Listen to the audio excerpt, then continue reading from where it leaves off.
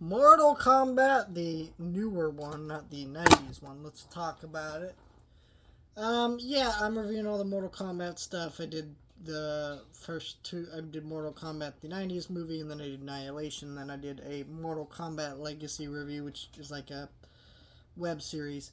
And then now I'm doing this, and next week we'll be doing the animated ones, which will be interesting. Also a lot easier to watch, because all those animated ones are like around 90 minutes. And, these ones aren't long, but they're longer than that.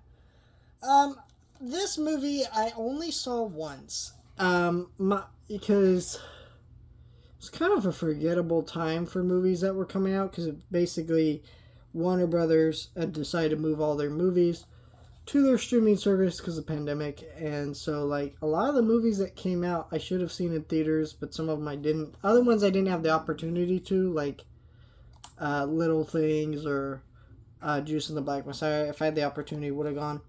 But, I think this one I did have the opportunity, but for whatever reason I didn't. Maybe I didn't. I don't know. I don't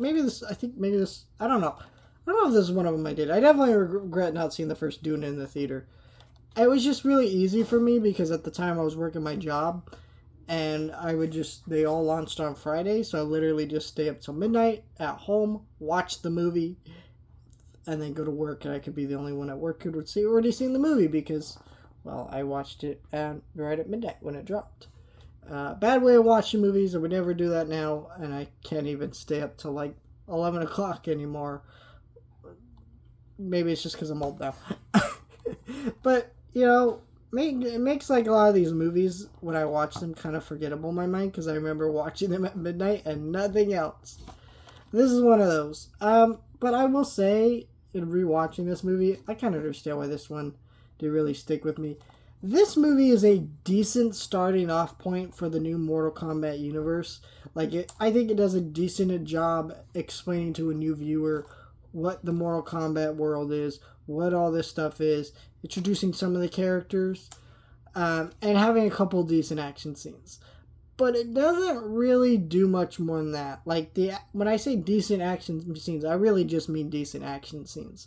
Because none of them stick out of my mind, other than a couple ones that I remember being in the trailers kind of often. But other than that, most of them just wipe from my mind.